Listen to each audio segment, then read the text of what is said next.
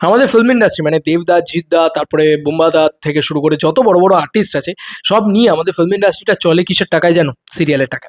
এই যে এসবিএফ এত ছবি প্রডিউস করে, সেই ছবির প্রডিউসারের যে মূলধন বা যেটা টাকাটা, সেই টাকাটা তারা রোল করে কোথা দিয়ে, বা তারা এই টাকাটা লাগায় কেন, বা কিভাবে লাগায়, ফ্লপ ছবি হওয়ার পরেও তারা কি করে একটা ছবি মানে একটা ছবিকে মাউন্ট করতে থাকে।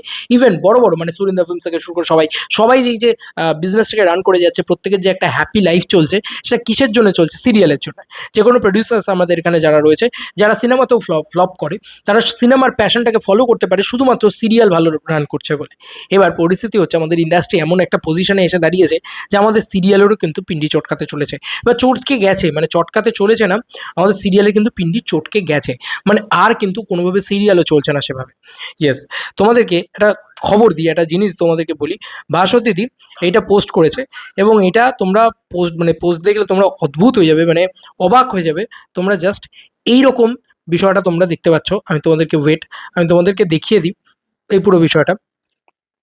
ওয়েট, এখানে পরিষ্কারভাবে পোস্টটা করা হয়েছে। এই যে বাংলা সিরিয়ালের প্রোগ্রামিং সাজানোর কাজটার কথা বলা হয়েছে, এটা 8 ঘন্টা আগে আজকেই মানে করা হয়েছে। কি লেখা হয়েছে দেখো: বাংলা ধারাবাহিকের প্রোগ্রামিং সাজানোর কাজটি এই সপ্তাহে বেশ গুরুত্বপূর্ণ। কিছু ধারাবাহিক বন্ধ হচ্ছে, কিছু ধারাবাহিক হঠাৎ 30 মিনিটের পরিবর্তে 45 মিনিট, কিছু নতুন লঞ্চ, কিছু ধারাবাহিকের রেটিং এত কম এমনি বন্ধ করে দেওয়া দরকার, কারণ দর্শক দেখেন না। আর কিছু ধারাবাহিক প্রাইম টাইমের লড়াই হেরে গিয়েছে। এবার আসল ক্যাচটা এখান থেকে আসছে, যে মিঠাইয়ের রেটিং ছিল 12-র বেশি। বুঝতে পারছো? যে 12 টিআরপি ছিল, মানে 12 নাম্বার, বুঝতেই পারছো যে 11, 12 সেটা এরকম করেই আমাদের রেটিং থাকতো ওয়ান্স আপন আ টাইম। এবার 2026-এ বেঙ্গল টপার ঘোরাঘুরি করছে 6, মানে অর্ধেক। 2028 থেকে 29-এ এটাই 4-এ চলে আসবে না, কে বলতে পারেন? এই অবস্থায় প্রোগ্রামিং ঠিক না করতে পারলে তাসের ঘরের মতো ভেঙে পড়বে রেটিং স্ট্রাকচার। কারণ প্রতিটা ধারাবাহিক অন্য ধারাবাহিকের দর্শক টানে বা কমিয়ে দেয়, এটি একটি চেন। দেখা যাক বিনোদন চ্যানেলগুলোর নতুন প্রোগ্রামিং কেমন হয়। পুনশ্চ ভোটের মরশুমে নিউজ চ্যানেলের সঙ্গে লড়ার কাজটা একেবারে সহজ নয়।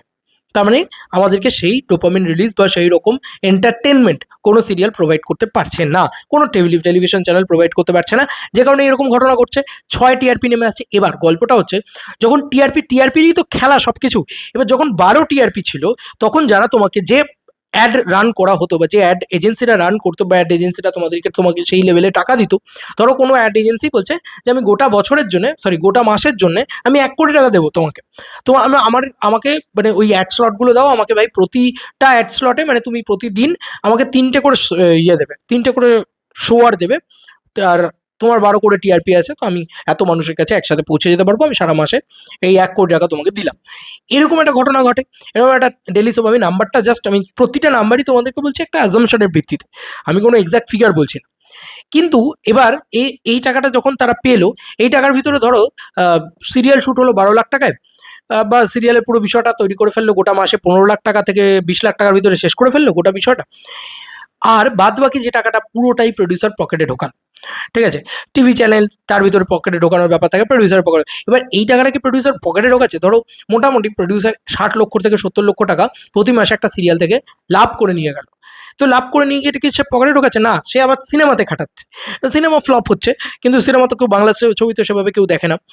তো দেবদা বাদ দিয়ে, বুম্বাদার দু একটা ছবি বাদ দিয়ে সব ছবি ফ্লপ হয় আর কি। তো এই তো ইন্ডাস্ট্রির অবস্থা। সেখানে দাঁড়িয়ে তুমি বুঝতেই পারছো যে এই হচ্ছে টলিগঞ্জের অবস্থা।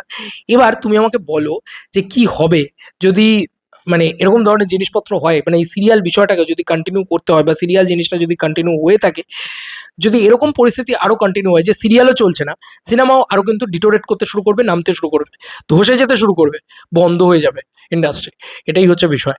বাদবাকি তোমরা যথেষ্ট বুদ্ধিমান, তোমরা নিজেরাই বলো যে এই পরিস্থিতিতে এসে দাঁড়িয়েছে, সিরিয়ালও আর চলছে না।